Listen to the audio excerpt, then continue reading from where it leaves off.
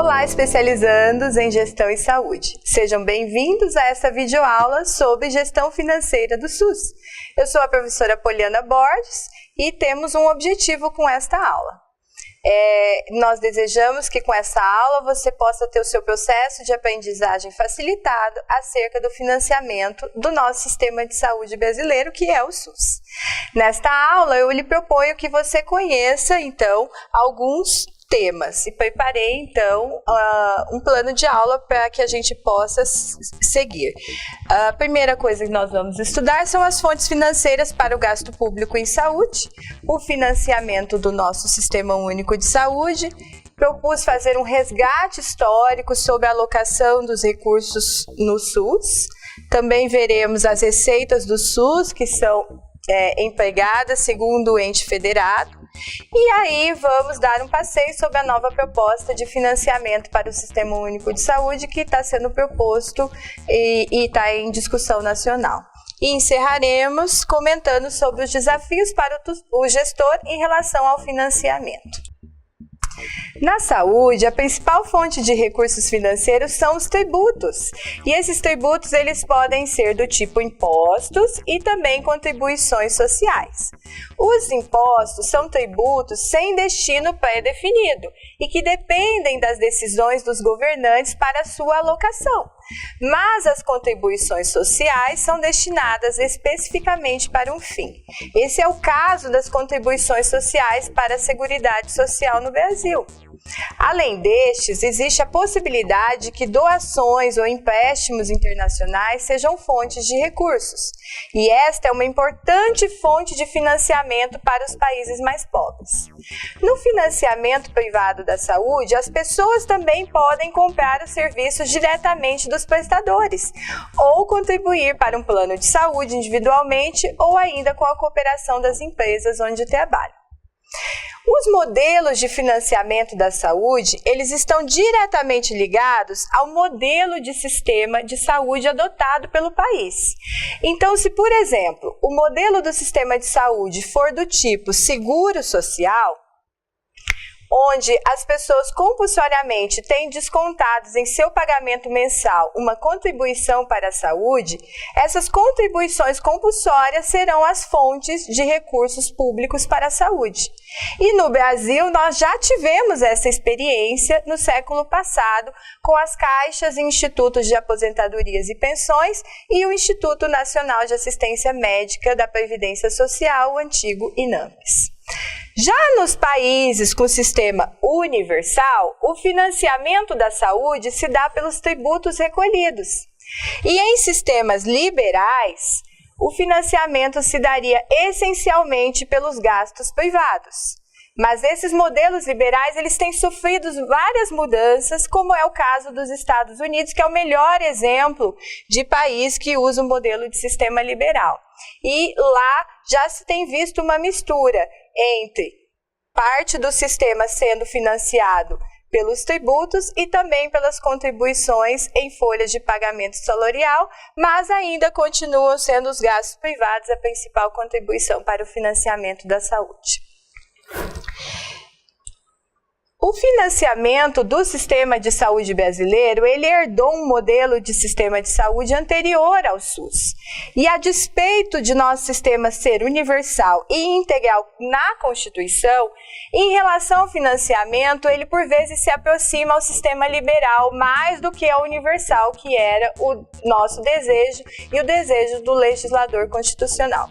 Isso porque muitas famílias ainda custeiam seus gastos com saúde, em especial em relação aos medicamentos. Na Lei Orgânica da Saúde de 1990, em seu 33º artigo, o legislador informou que os recursos financeiros do Sistema Único de Saúde são depositados em conta especial, chamada de Fundo de Saúde, em cada esfera de atuação. Então, nós temos um fundo nacional, fundos estaduais e fundos municipais. E esses fundos, eles são movimentados sob fiscalização dos respectivos conselhos de saúde. Na esfera federal, os recursos são administrados pelo Ministério da Saúde. No artigo 36 desta mesma lei, é afirmado que é vedado a transferência de recursos para o financiamento de ações que não estão previstas nos planos de saúde, exceto em situações emergenciais ou de calamidade pública na área de saúde. Assim, você pode perceber que a gestão financeira do SUS exige participação e controle social por meio dos conselhos de saúde e ela também é dependente do planejamento em saúde. E esse assunto do planejamento em saúde ele foi abordado na unidade 1 desta disciplina. No início do Sistema Único de Saúde, lá no começo da década de 90 do século passado, a União ela era responsável por mais de 70% do financiamento. Mas, visto que você conheceu lá na unidade 1 que uma das diretrizes do SUS é a descentralização político-administrativa, atualmente 45% do financiamento é do governo federal.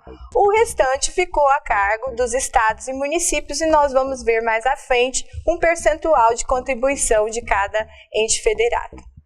Nas leis orgânicas da saúde, 8.080 e a 8.142, estão estabelecidos os critérios para a distribuição dos recursos federais entre Estados, Distrito Federal e municípios. Esses critérios deveriam envolver o perfil demográfico da região, o perfil epidemiológico da população a ser coberta, as características quantitativas e qualitativas da rede de saúde, o desempenho técnico, econômico e financeiro no período anterior, e outros critérios também. Mas a Lei 8.142, ela informou que até que fossem regulamentados os demais critérios, os repasses seriam feitos com base no perfil demográfico da região apenas. E assim a gente tem seguido até os dias atuais. A norma operacional básica de 1991 normatizou que o pagamento das internações e procedimentos ambulatoriais, eles seriam realizados por procedimento. Logo, essa norma, ela privilegiava quem tinha mais capacidade instalada e desconsiderava as ações coletivas. Em seguida, em 1993, o Ministério da Saúde publicou uma segunda norma operacional básica, a NOB de 93. E essa NOB pretendia dar mais autonomia de gestão aos estados e municípios. E para isso ela criou 3 categorias de gestão, de acordo com a disponibilidade de prestação de serviços do território. Essas 3 categorias seriam gestão incipiente, gestão parcial e gestão semiplena. Dando sequência nesse resgate histórico, a gente observa que, pela NOB de 93, na categoria semiplena, os estados e municípios passaram a receber um repasse fundo a fundo para cobertura assistencial e também puderam decidir sobre a aplicação desse recurso. Mas esses repasses fundo a fundo, eles são automáticos e são regulares e ampliaram a descentralização da gestão. Mas e os municípios que estavam nas outras categorias, que não atendiam aos requisitos para gestão semiplena, eles continuaram a receber recursos pelos critérios anteriores. E os repasses fundo a fundo continuaram a ser baseados na série histórica dos anos anteriores. Em 1998, na NOB 01, foi estabelecido um piso, um valor para ser aplicado na atenção básica. Esse piso é chamado de PAB, piso da atenção básica. É um valor per capita para custeio das ações da atenção básica.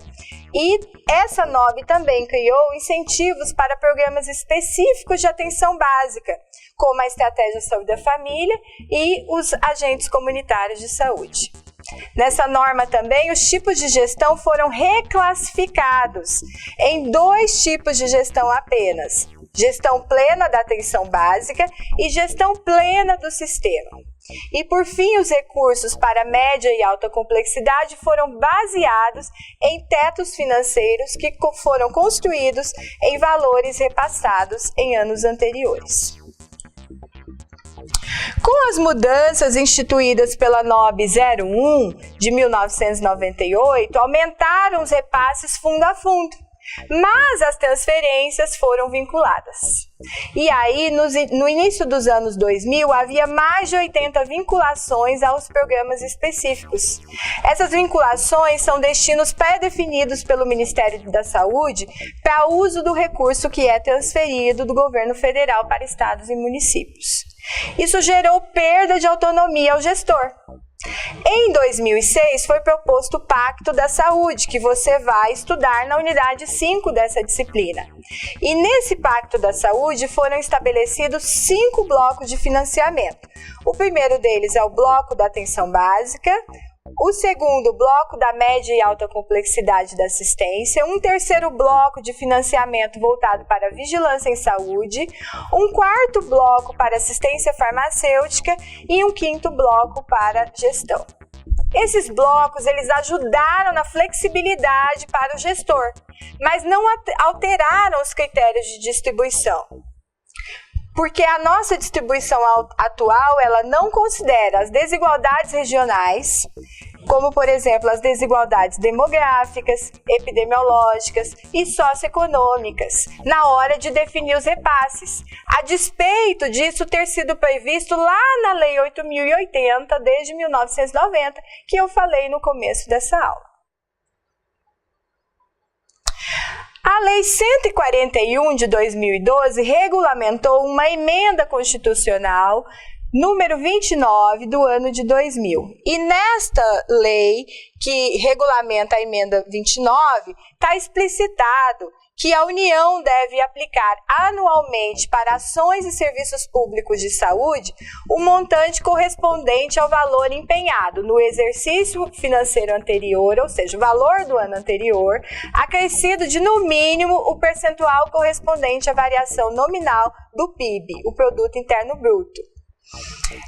Os estados e o Distrito Federal, por sua vez, deverão aplicar anualmente, no mínimo, 12% da arrecadação dos seus impostos. E os municípios, anualmente, devem aplicar, no mínimo, 15% da arrecadação dos seus impostos. Nós temos observado que estados e municípios têm ampliado, ano a ano, a aplicação de impostos para a saúde. E a União, a gente não tem acompanhado esse crescimento como era esperado. Mas de onde vêm as receitas para que Estado, União e municípios possam custear as despesas das ações e serviços de saúde? Bom, os impostos estaduais destinados para o Sistema Único de Saúde são ICMS, IPVA e o ITCMD. Já os municípios, eles repassam parte do IPTU, do ISS e do ITBI. E a União, ela repassa para estados e municípios parte do Fundo de Participação dos Estados e Fundo de Participação dos Municípios, Imposto de Renda retido na fonte, IPI, exportação, ICMS, exportação e outros impostos. Mas como é que são comprados os serviços do SUS, né? Se tem a fonte de financiamento majoritária vem dos impostos, quando chega aos gestores, os gestores têm que adquirir os serviços de saúde. E esses serviços, eles são adquiridos com base no planejamento de saúde, nos planos anuais de saúde e também na realidade local de saúde que é construída dentro dos mapas da saúde. Essas ferramentas você estudou lá na unidade 1, quando abordamos a questão do planejamento da saúde. E aí, nesse contexto da realidade da região, dos municípios e dos estados, os prestadores são cadastrados como administração direta, indireta ou fundacional, tanto no nível federal como estadual ou municipal. E os serviços privados, eles também podem ser cadastrados por meio de convênios, se os serviços forem filantrópicos, ou por meio de contratos, quando as entidades prestadoras dos serviços são lucrativas.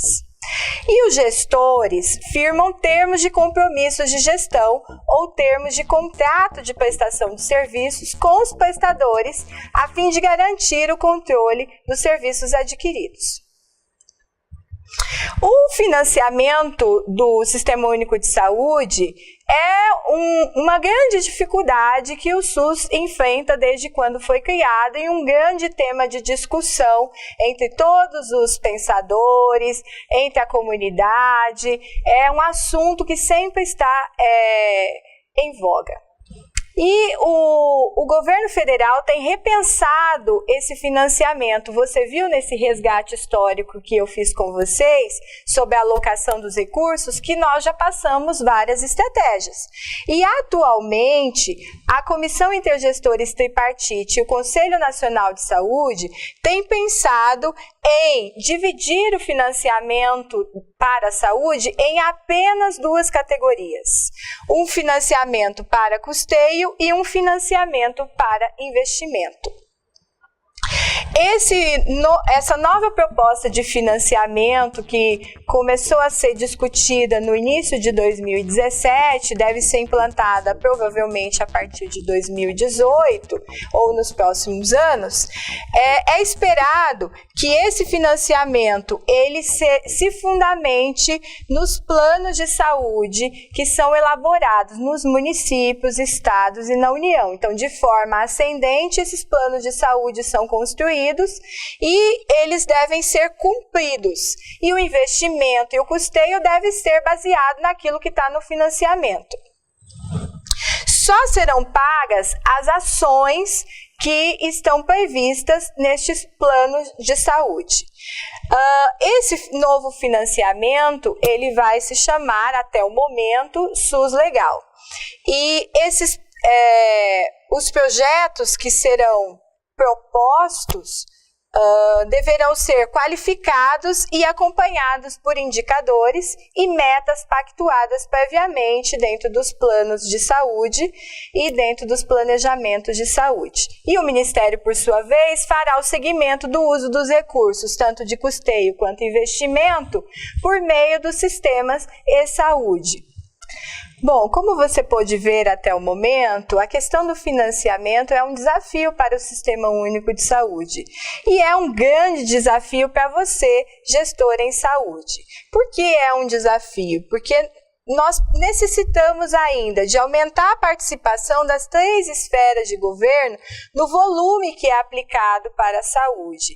É necessário, quando nós comparamos os recursos financeiros aplicados à saúde no Brasil com países que têm sistemas universais, nós estamos muito aquém do que se pratica em outros países. Um segundo desafio é que os gestores usem os recursos financeiros que já são escassos de uma forma racional, de uma forma que tenha efetividade. E essa efetividade ela é buscada por meio de estudos de avaliação tecnológica e do uso de protocolos clínicos. E, por fim, acredito que seja um grande desafio para o gestor a distribuição equitativa para custeio com base em valores que são per capita somente. É necessário que, além do cálculo demográfico, seja baseado também o financiamento nas desigualdades das áreas geográficas, como eu comentei, desigualdades epidemiológicas e socioeconômicas. Elas têm que ser consideradas no momento de fazer o repasse financeiro para estados e municípios. Esse assunto é um assunto extenso e eu quero fazer uma recomendação a vocês que leiam o material da disciplina que foi preparado para vocês, o livro-texto.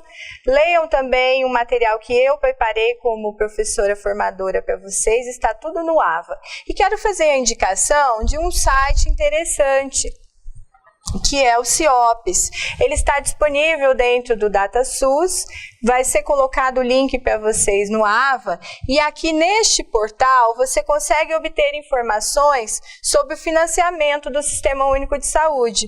Por meio de demonstrativos e por meio de indicadores, você consegue acompanhar o quanto se tem aplicado na saúde, tanto a União, o seu estado, os municípios onde vocês residem.